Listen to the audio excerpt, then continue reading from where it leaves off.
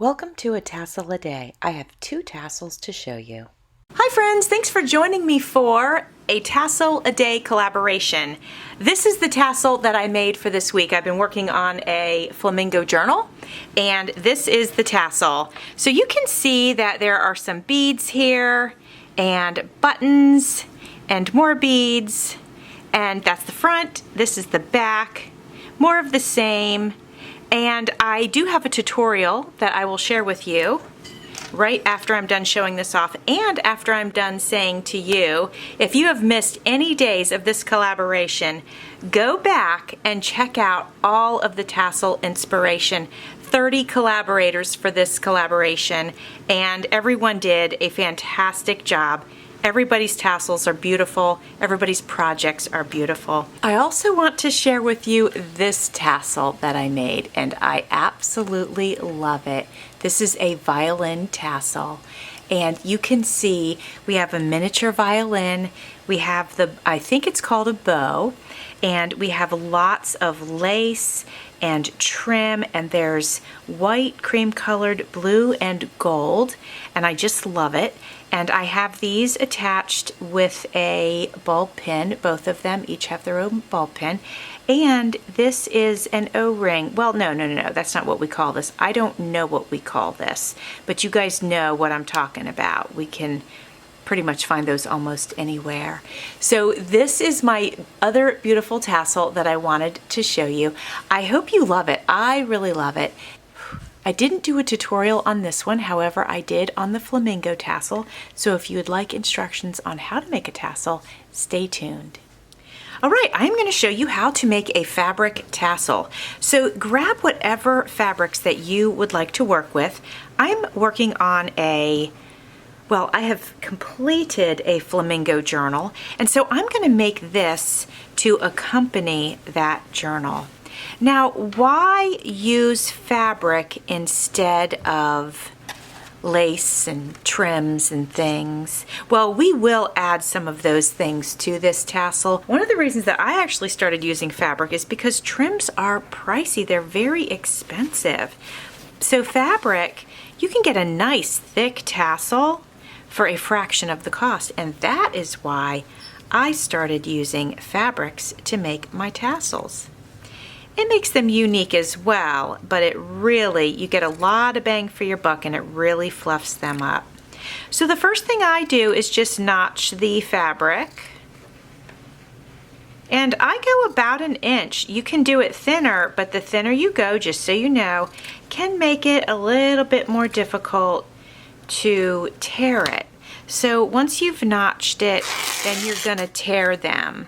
Now I'm just gonna tear a few on camera, and then I'll do the rest off camera. So here's what we got. We've got some torn fabric. So then you want to, once they're torn, just want to go ahead and pull off your loose strands, and you're only going to go about 2 deep. They pretty much stop shedding after 2 or 3 pulls on the edge, and like if it's not coming off, I'm not going to force it off. Okay, so that's what you're going to do. I'm going to go ahead and finish notching. I'm going to notch some of this as well because this is so pretty. I definitely want some of this fabric in the tassel. I'll notch it and I'll tear it, and then I'll be right back. All right, friends, here are my piles of goodness. So I've got the fabric, and I've got fabric here, and this is my pile of trim. I like to go ahead and lay my fabrics crisscross, and that's just something that I do. You don't have to do that.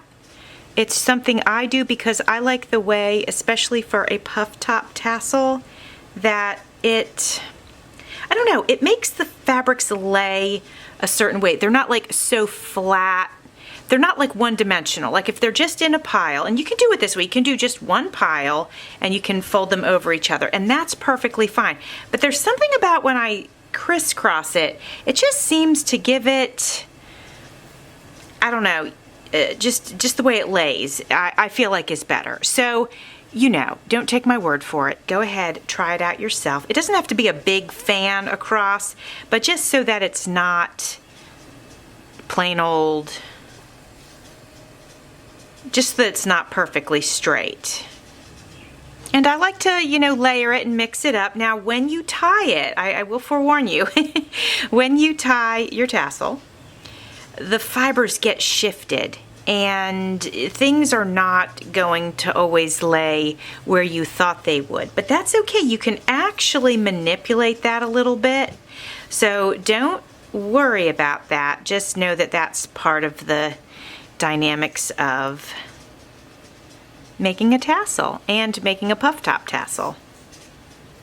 Now there's another way to make tassels, and that way is to wrap your fabric around anything, a CD case, a box, whatever, just something that would be the length that you wanted your tassel to end up being. And so you wrap it around, and you gotta wrap it like 50 times at least. And then you slide a piece of fabric under where you wrapped it and tie that off. And then you cut the other end, and voila, you have a tassel. It is quicker than doing it this way. But when you're working with fabric, you can't do it like that unless you have a really long strip of fabric. And if you do, then you certainly could do it the same way. So I'm just letting you know there's a couple of different ways to make your tassels. Now this is where you have another choice. You can take a piece of fabric, string, whatever you want, and you can push it under here like this, and you can tie this off. And today that is what I'm going to do, because this is going to be a pretty puffy tassel. And once I get this tied, I'll tell you what your other option was. Okay. Now your other option was to take and fit all of these fabrics through a lobster claw clasp, which is totally doable, but I know that I have too many fabrics for me to fit through a lobster claw clasp. But if this was a little bit smaller, you could do it. Matter of fact, I'll show you one. So here's one that has a lobster claw clasp, and you can see that I fed all the fabrics through this and then tied it off. Okay, and that's your other option. These are great. You can put a little grommet in your journal and pop this right in there, and it's awesome. But like I mentioned, since today our tassel is going to be a bit bigger, I'm going to do it this way. So what I would usually do now is take this and tie this.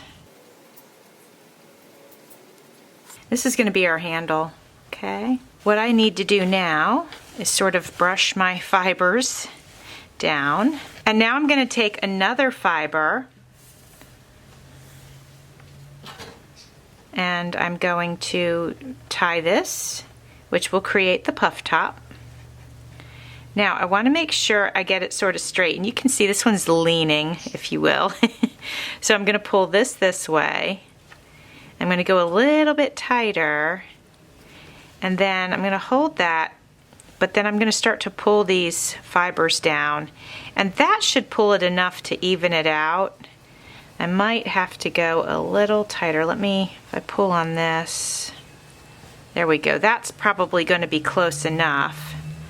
All right, so you want it tight so that your fibers are nice and secure, and it can be a little challenge. Okay, I'm going to pull it one more time before I pull this. And there we go. Okay, that should be plenty tight. Now, if we look at the top, you can see it's a little off center, so I can wiggle that a little bit. There we go, and wiggle that. So now it's much more centered. And then if you see any parts that look off centered, you can just pull on those. If it's off centered or like just sticking up too far, you can just tug on them. But don't tug them so tight that it's not puffy on top unless you don't want it puffy. And in that case, because sometimes you don't, sometimes you want it to lay a little flatter. In that case, you just don't pull these as much.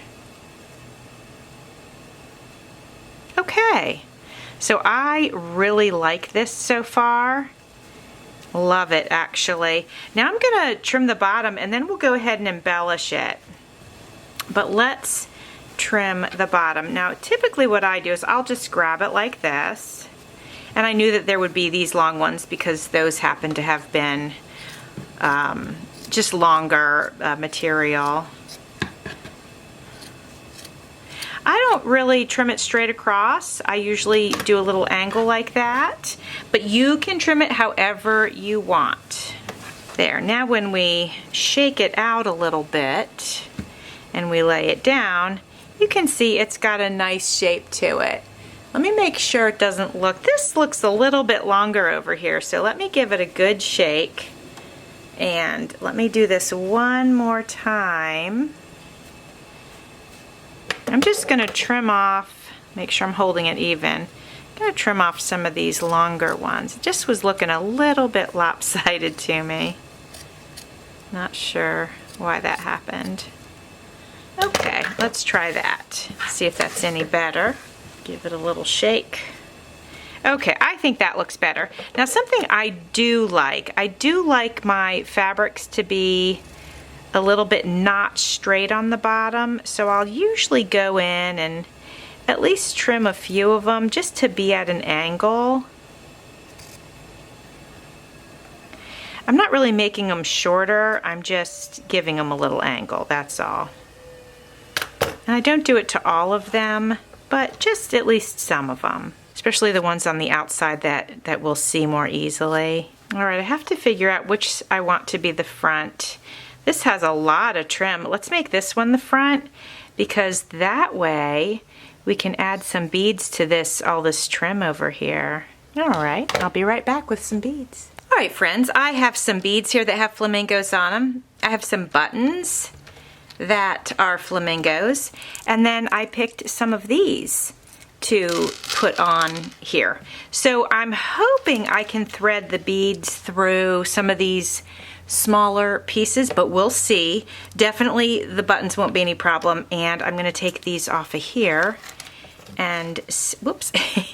Now if I have to put them on eye pins, is that what I have? Yeah, I have eye pins. If I have to put them on eye pins, that's no problem. I can totally do that. I have some jewelry wire, and I use this to feed the beads onto the material. Hopefully you can see it. I don't know if that's, but there we go. All right, so we bring this over, and we'll just pick one. And so I wrap the fabric right through the wire, just like this. So there's a piece of wire on either side of the trim. This one's a little crooked. Hopefully it won't give me any problems. But we're just going to use this for the first one because I want to make sure I don't do it upside down. Because it's got a nice big hole in it, so this should be easy to feed through. But we will find out in just a second. Yeah, super easy to feed that one through, which is great. So we've got that one. And then if I want to, I can add a bead. And I'm thinking if I'm going to add a bead, I might want to add one that has not too big of a hole, because when I tie a knot, I don't want the bead to come off. If you have beads that have larger holes, maybe put those, whoops, above the ones that have the smaller holes. All right, so we're just gonna do this one as our first one so that you can see how we do it. And then I basically just tie a, double knot, triple if it needs extra, if it needs to be bigger to make sure the bead doesn't come off. I just basically keep tying knots until it's a big enough notch that the bead won't come through it.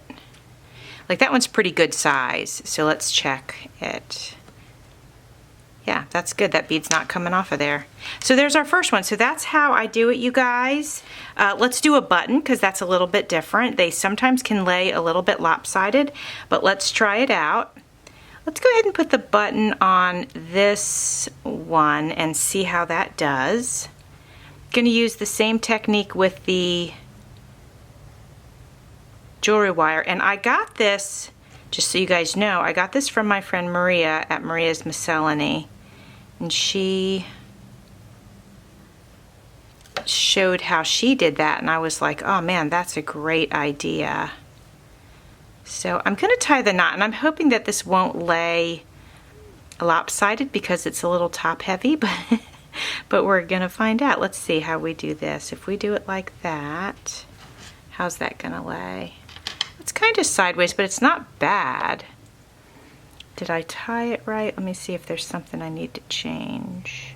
Maybe if I tied this up here like that, it would lay Yeah, let me try that. Let me try going up.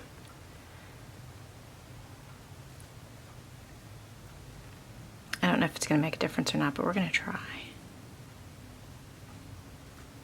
right, let's see.